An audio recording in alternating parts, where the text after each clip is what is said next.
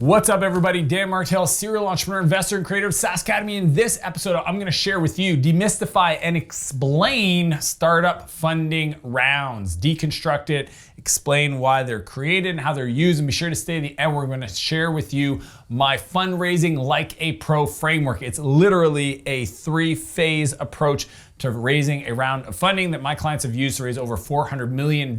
I've used it to raise millions of dollars in funding, so it is my gift to you. Be sure to stay to the end, but let's get into it.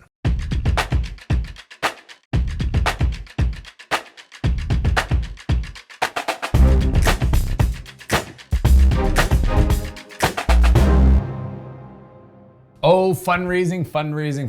It is one of my favorite things. I'm a big fan of business development and sales and the art of the deal. So raising capital is that same energy, excitement. You know, I've raised venture capital twice for my last two companies, Flowtown and Clarity. I raised $1 million for Flowtown and about $2 million for Clarity. But the fun part is I've actually been involved in Silicon Valley helping startup founders go from literally seed rounds all the way to IPOs. I've been blessed to be an early investor in companies like Intercom and Udemy and Hootsuite, GetAround, you know, companies that have combined raised probably $2 billion-ish.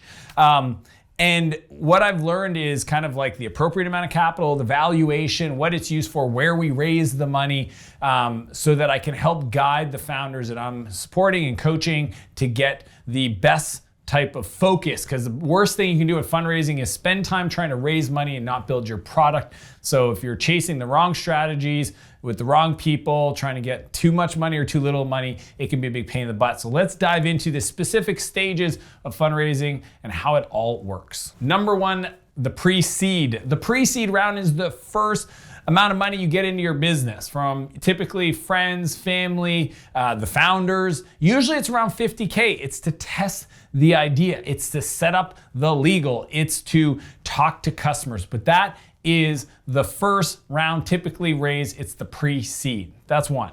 Number two, the seed funding, okay? Seed funding is usually between 2 million, typically. Now valuations, when I first started, were a lot lower than this, but today, usually it's about $2 million plus or minus 20% at a $8 million valuation. Typically that's gonna come from angels or micro VCs, VC funds that are focused on that early pre-seed or pre-seed funding stage. And typically that's used to build the product and really start focusing on marketing and sales. But that's that second stage. It's the seed funding. That's number two. Number three, Series A. So I've raised 2 Series A's in my life, and Series A's are typically 7 million in funding and usually done at about a $30 million valuation. Now, the way I think about Series A's or really any funding is you want to give up about 20, no more than 30% of the value of the company. So the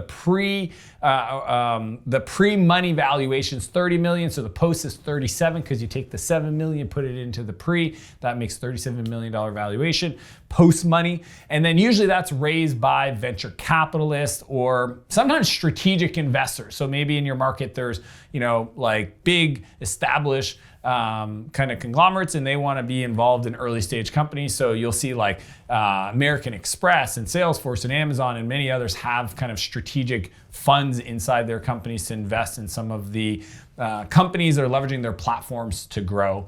And usually the focus is around really broadening the market and really fortifying the market. If you're at a Series A level, you've got the traction and you got to focus on broadening the market and fortifying what you have. Number 4, Series B. So now this is where you start getting in some interesting money. You get 20 million typically for a Series B round done at about a $100 million valuation. So you're giving up about 20% of the company. Again, these are all like plus or minus 20%, kind of, you can go up or down on valuation and or pre-money.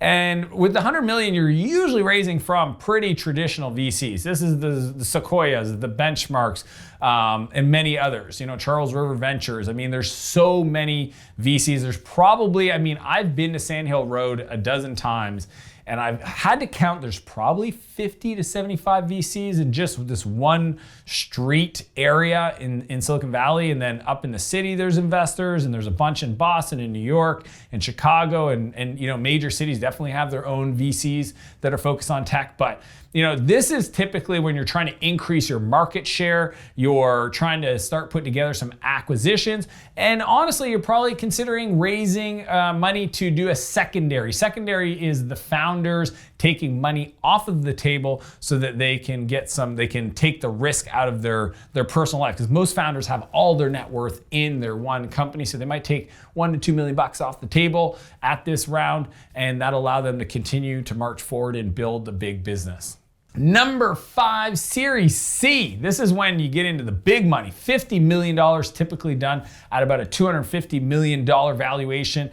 You're raising money at this stage from VCs, private equity funds, late stage investors, and it's really all around focusing on expanding, getting on the IPO track, or again, looking at potential secondary rounds for early angel investors or the founders, so then they get some liquidity. But at this stage, you're getting ready for the next stage, which is one of the rarest. But if you can do it as a founder, if you're actually still as a founder at the next stage, it is a beautiful thing. Number 6, IPO.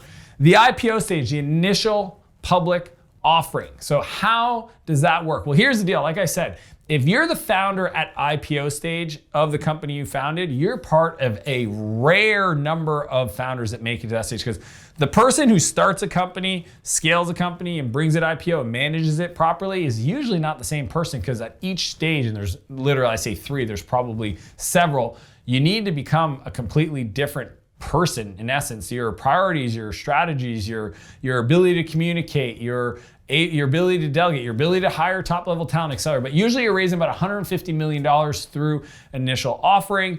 It's done typically at $1 billion valuation, and the focus, or where the money comes from, is typically private offices or family offices, hedge funds, private banks. So this is where the Morgan Stanleys and many others, the Schwabs, those kind of pools of money, and then the public itself. I mean, that's why it's an IPO, is ability for an individual to buy shares into before that a private company that otherwise you wouldn't get access to. And this is all about really growing teams. This is hiring senior leadership, incentivize them with that stock. Now you've got liquidity in your stock. It's for going international, and it's also looking to really protect your position in the market and acquisitions. If you think of Facebook buying Instagram or WhatsApp, etc., that's typically why companies feel they have to go public, so that they have the liquidity and the ability to leverage their stock as an asset to go and buy other companies without using cash. It's a very powerful strategy, and IPOs is crazy fun. So 6 stages of funding. Pre-seed is number 1, seed funding is number 2, Series A, 3, 4, Series B, 5, Series C, and number 6, the IPO.